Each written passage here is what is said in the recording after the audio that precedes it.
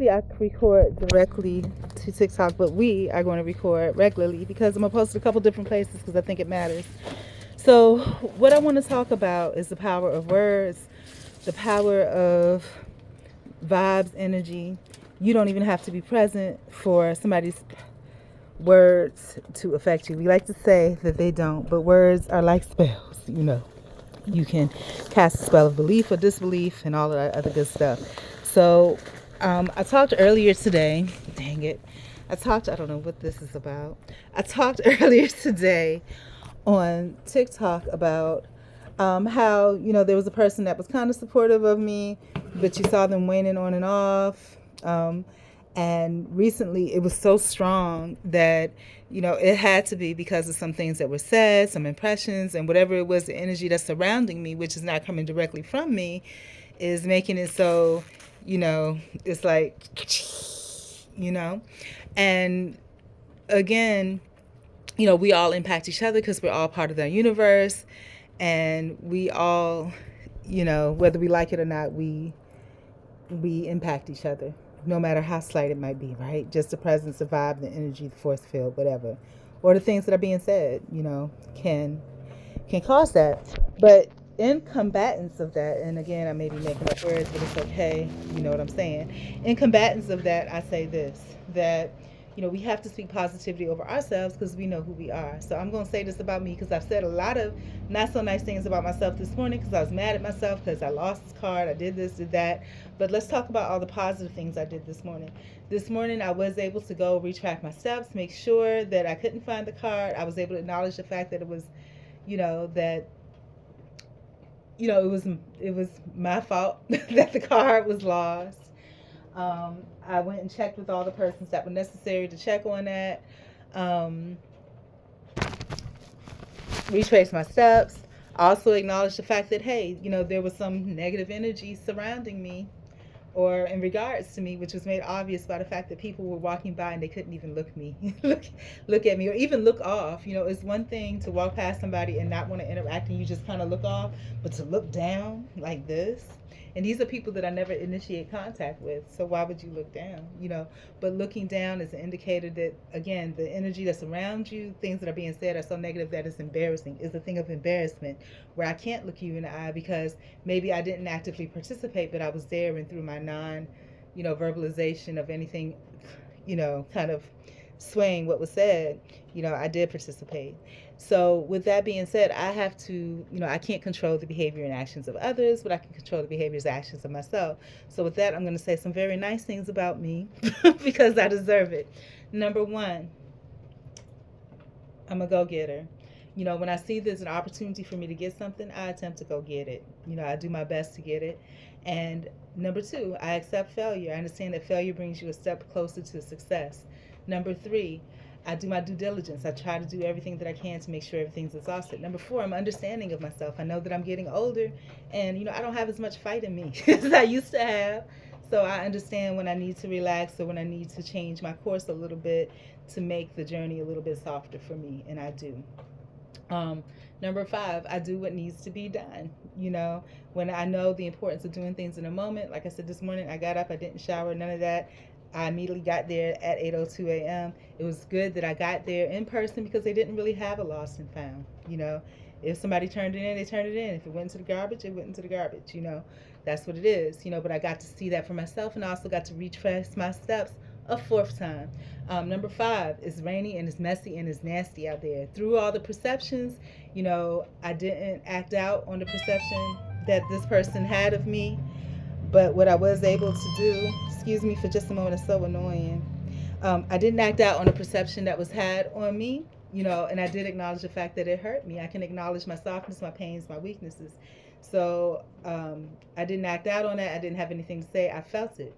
And I felt it so strong because whatever embarrassment or negativity they felt, it felt so strong that I felt it, So it was basically, I was reflecting whatever energy they felt about me back to them. So it was reflecting back and forth. But I understand that, and I understand the importance of addressing that. Hey, I can't do that. There are going to be people that have negative thoughts about me, which may be true or untrue, or just maybe because of mixed up perception, but I can't feed into that with my energy. And because of the fact that I bowed my head and put my head down, that made it seem that I was feeding into it with my energy. Now, also, I don't want to put people in situations that don't want to be communicated with to be communicated with, because when I don't want to be bothered, I don't want to be bothered. You have to allow and respect people's boundaries. So, how do you do that when somebody um, you feel this negative energy where they obviously you don't know what's going on, but there's something that's going on, and you don't want to hold your head down because you don't have anything to hold your head down for. And I don't think I did, physically. I don't know. I wasn't video cameraing myself, videotaping myself, but I don't think I physically held my head down. But I think my spirit crawled up inside of me and bowed its head, which it should not have. My spirit should have spoken out loud, you know and if my spirit spoke out loud, how would that look without infringing on somebody else's boundaries? um, I don't know. I just don't like the way that my spirit felt in that. I kept my head held up and I did what I had to do, but it was obvious that this person, there was something negative. It was obvious, but there was nothing that I could do. Like, I don't know. There is always something you can do. So I did what I could, but it still didn't change what needed to be changed, and that's the way I felt on the inside when that interaction happened. So just like that guy that walked by and just kept staring, I should have said, hey, um, I noticed that, no, I don't want to do that, because that puts people in an awkward situation. If they don't want to speak, they don't want to speak, or if they have to hold their head down, that's something that's on them. But you can't hold your head down. So I guess what it is that I have to change inside of me with that is that keep my head up like I did, but also I was focused on doing what I was doing, but it still impacted my heart, because I was like, man, is it that bad when you're holding your head down? Um, but the thing is, I have to turn it around, and I have to have faith in myself. I have to faith around and find out in God that things will turn around, that I can change that. Well, I can't change everybody's perception, but I can, do things to make it so that there's no doubt that anybody else has of who I am and what I do, that it doesn't impact me, because I know what I hold. That's the thing, knowledge of self. And I talked about this before.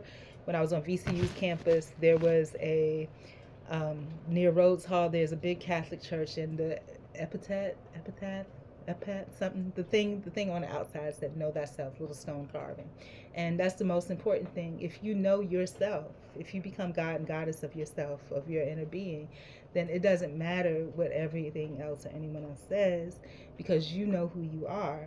You have that knowledge. But when you don't know yourself, you're easily swayed by other people's perceptions and feelings and opinions of you. And so that's where I need to get back to knowledge of self, and exhibiting that knowledge of self and speaking that knowledge of self into existence, which is part of what I'm doing by actualizing my feelings about this. So, other good things about me: I came back, it was pouring down, raining. I'm dirty, but I'm going to use whatever resources I had to get cleaned up, because I've messed with the tarp, and that was a good thing. It was so much water and so much mess. I put the tarp over the first section, got the second tarp, put it over the second section. So that part right now is real good. So the next step, for me, is to get cleaned up myself, clothes cleaned up, everything cleaned up. I took some before pictures and some before video. I'm gonna take some after pictures and after video. We're gonna do a little dance to get a movement break to shake the devil off. The devil is that negative feeling that I got inside me. Shake that off, because I'm none of that. Another thing too, and it's God testing me to see my strength in this, because I went to check my comments on YouTube yesterday, and some of them go immediately to be held for review. And somebody says, oh, and they were trying to jig. They would say, and I've never changed. I'm still the same person. I'm still the same person I've always been, except, some experiences have changed me, but at the root changed me as far as my appearance and as far as my vitality, but it's still deep down inside. But they made some kind of comment about how, your old content, do anybody, I'm not trying to jab at you or whatever, but anybody about make any mention of your old content. My content is the same. It's my everyday daily life. Before, just like I post my videos here when I get up in the morning, I take a shower sometimes. Posted that there too. But I posted it without any censorship, because I didn't like to be censored. And I still don't. But, and if I didn't have to be, because it would end up with your channel being banned, I still wouldn't. I'm still the same person. People try to adulterize and try to, pervert everything. It's not perverted. It's, natural. And that's the problem. I don't think we get a chance to experience our natural beauty. But and I think that's a lot of reason why, we look up that, like I gained that 50 pounds. I wasn't looking at myself. You know, I saw a post that a girl made. Oops, overtime. Anyways, part two, part two. So I saw a post that a girl made about how, you know, the difference between single women, married women, and women that have a fiance. So the single women was always selfieing, and that's me, always selfieing. And I don't forget what they said about the married and fiance women, but it's something about them and their partner, always taking pictures of their partner. When you have a fiance and when you're married, you're taking pictures of each other. But it's taking the pictures of the things that you love and enjoy the most. But anyhow, I'm going to go ahead and get this. But the counteraction of that, the answer to that, when you feel negativity from other people, places, and things that may not be due to you, you don't know what's going on, you just feel it, you know it exists, is knowledge of self. Make sure that you know yourself and stay grounded in yourself. Love you, bye.